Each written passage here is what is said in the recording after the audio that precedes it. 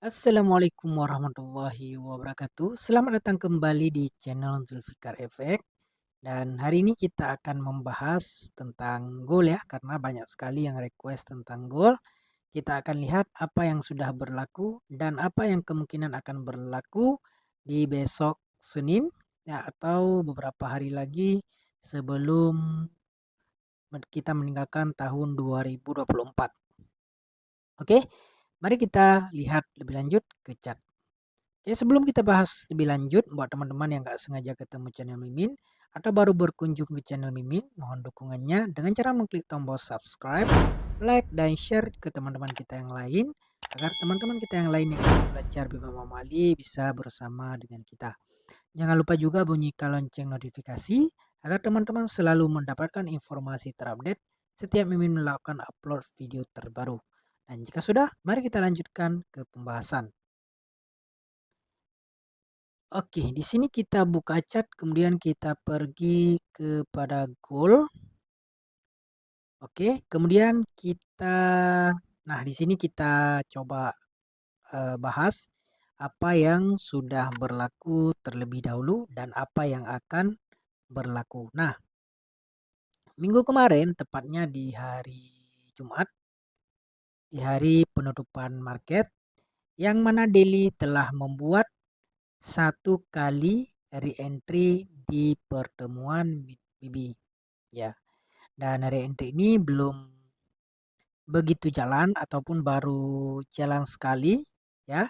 Yang mana ketika berlaku re-entry di time frame daily, maka di time frame kedua akan berada di top BB ya.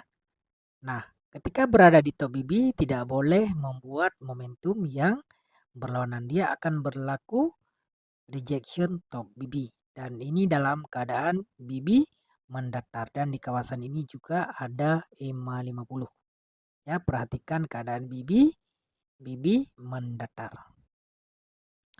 Oke, ketika berlaku di kawasan top BB di time frame H4, maka di time frame ketiga akan berlaku MHV. Nah, ini adalah MHV. Oke, ketika berlaku MAV di H1, maka di M15 akan berlaku ekstrim juga. Oke, kita besarkan, kita cari di H1. Nah, ketika berlaku di kawasan ini, yang akan berlaku di M15, nah ekstrim yang tidak perlu wajib. Oke, nah di kawasan ini adalah yang telah berlaku. Nah, kemudian ya, kita akan bahas step yang berlaku secara berulang-ulang. Oke. Nah, di dalam perjalanan re-entry daily divalidkan dengan momentum yang ada pada time frame H1, kemudian H1 membuat satu kali re-entry. Nah, disinilah terjadi pengulangan seperti yang terjadi antara daily dengan H4. Oke, antara daily dengan H4. Ketika berlaku re-entry di daily, maka berada di top BB H4. Sekarang terulang kembali. Ketika berlaku re-entry di time frame H1, maka giliran M15 yang berada di top BB. Jadi, kalau misalnya kita tidak berani entry di re-entry daily di MHV-nya H1, maka kita tunggu H1 membentuk momentum, kemudian kita masuk di re-entry-nya H1 yaitu di top BB M15. Dan M15 tidak boleh membentuk momentum yang berlawanan. Kalau M15 membentuk momentum yang berlawanan, destinasi dia akan ke top BB H1, yaitu mengambil re-entry daripada H4. Nah, sekarang yang telah berlaku daripada H4 yaitu arah kukuh dan menuju kawasan-kawasan re-entry di H4. Nantinya jika re-entry H4 berlaku, akan berlaku di H1 seperti yang telah berlaku antara H1 dengan M15 dan seperti yang telah berlaku daripada Delhi dan H4. Itu kemungkinan yang akan berlaku. Nah, sebelumnya kita sudah bahas yang telah berlaku antara Delhi, H4, H1, dan M15. Sekarang kita akan melihat di time frame yang lebih besar kira-kira apa yang akan berlaku. Nah, kalau kita melihat kepada Monthly, nah di sini ada satu ekstrim ya, yang mana di sini ada candle reverse dan yang ini akan adalah candle retest yang sedang berjalan menuju ke TP wajib yaitu MA5 MA 10 low. Nah, ini akan berlaku seperti yang telah berlaku daripada daily H4 dan H1 dengan M15. Nah, ketika nanti dia menuju ke TP wajibnya di monthly, ini ada beberapa hari lagi untuk monthly close kemungkinan akan sampai. Ya, kemungkinan. Kalau nggak sampai berarti sampainya di tahun depan. Oke. Nah, ketika dia menuju ke TP wajib, maka otomatis akan berada di weekly di kawasan low BB. Oke, di kawasan low BB. Nah, ketika dia turun sampai ke sini, maka zona re-entry daripada monthly sudah sampai. Oke, untuk sampai ke sini, di weekly harus membuat struktur yang mana sebelumnya sudah berlaku MHV. Tinggal menunggu arah kukuh, tapi sampai saat ini belum ada arah kukuh.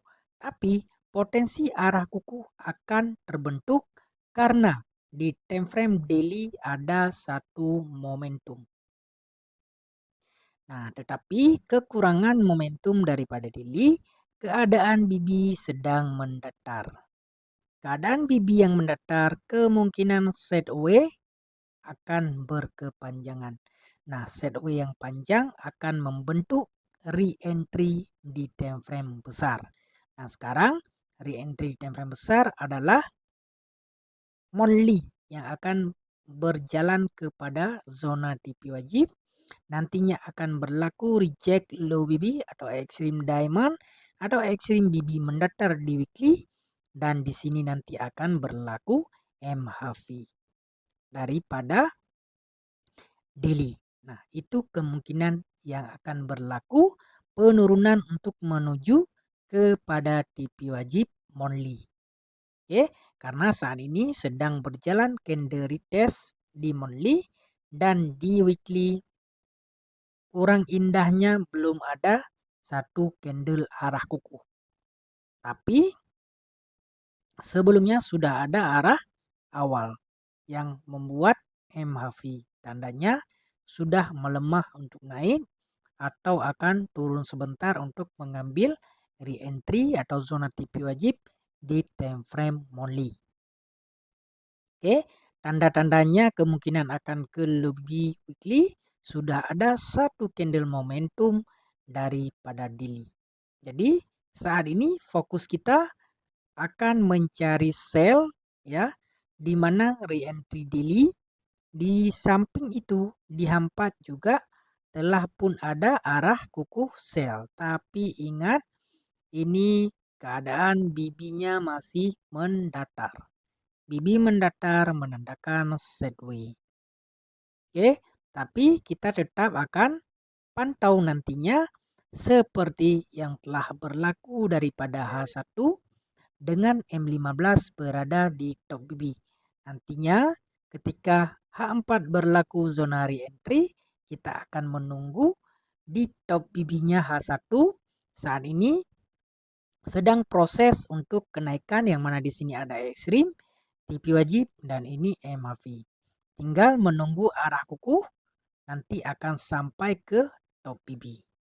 Barulah kita akan menantikan re-entry daripada H4 yang mana minggu sebelumnya sudah ada re-entry daily daripada top BB-nya di H4. Oke, selanjutnya kita akan menantikan berlaku yang sama antara H4 dengan H1. Nah, seperti itu. Itu yang akan kita tunggu destinasi kepada TP wajib monthly. Nah, itu cerita goal, apa yang telah terjadi, dan apa yang akan terjadi untuk analisa kita ke depannya. Oke? Kemudian banyak juga yang request tentang Bitcoin. Nah, di sini kita buka Bitcoin. Nah, kalau kita buka kepada Bitcoin, kalau kita melihat kepada monthly, oke, kalau kita melihat weekly, dan kalau kita melihat monthly belum ada apa-apa, dia adalah momentum buy dan saat ini masih running. Tetapi di weekly ada satu cerita yang mana di sini telah pun berlaku satu reverse candle dan minggu kemarin proses running dan minggu kemarin sudah running retest candle ya. Jadi kalau kita melihat daripada daily di sini belum ada apa-apa, hanya sekedar rejection ataupun BB mendatar ya. Kalau kita lihat daripada weekly ini sudah sampai ke MA5 dan kawasan ini masih ada. Untuk kenaikan re-entry akan membuat MHV di time frame daripada daily dan nantinya di sini kita akan menunggu juga MHV. Saat ini masih ada kekuatan kalau kita melihat di H4. Nah, di H4 berlaku seperti yang kita ceritakan pada goal barusan. Nah, yang mana di sini ada satu re-entry H4 ya. Kawasan ini re-entry daripada daily. Ini re-entry daily di top BB H4 berlaku MAV. Kenapa kita tunggu MAV? Sebab di sini ada satu momentum buat re-entry, tiada momentum menjadi MAV. Ini adalah zona sell daripada daily. Nah, ketika berlaku re-entry daripada H4, berlaku pengulangan yang terjadi antara daily dan H4. Dan kalau H4 kita akan melihat di H1 terjadinya di top BB. Oke, dan kemudian ada sekali lagi bertemu di top BB. Ya, ini kawasan-kawasan re-entry H4. Oke.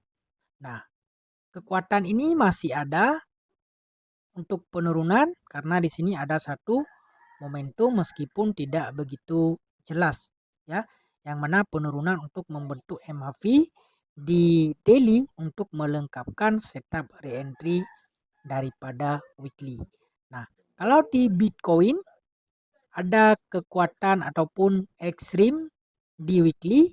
Nah, kalau di gold ekstrimnya berlaku daripada monthly ya. Dan semua berlaku yang sama, berulang-ulang dengan bentuk dan struktur yang sama. Bedanya ini di weekly, kalau yang di sana di monthly. Oke. Nah, untuk ini kita menantikan buy ya. Untuk weekly kita tunggu MAV jalan dan kita menantikan juga MAV yang berlaku daripada H4. Nantinya kalau ada permulaan kenaikan di H1 akan terlebih dahulu membentuk momentum buy ya, dan kemudian nantinya MA50 akan berada di bawah mid BB sehingga seiring perjalanan momentum berterusan MA50 akan berada di bawah low BB. Nah, itu tanda-tanda kenaikan untuk menuju top BB. Nah, ketika sampai top BB, apakah akan lanjutkan dengan momentum untuk memvalidkan re-entry daripada weekly? Kita nantikan. Oke, itu dia kongsian kita berkenaan Bitcoin dan gold yang telah kita lihat, apa yang telah berlaku dan apa perkiraan yang akan berlaku baik di minggu depan ataupun tahun depan, kita nantikan. Nah, saat ini untuk Bitcoin masih ada potensi sekali re-entry untuk penurunan. Di mana di sini ada satu ekstrim ada TV wajib, dan ini ada satu zona MHV. Kita marking saja di body tertinggi, dan di sini dia sudah mengambil di kawasan MA. Oke, dia akan ada penurunan sekali lagi sehingga nanti di hampat akan menjadi MHV seperti yang telah berlaku di atas.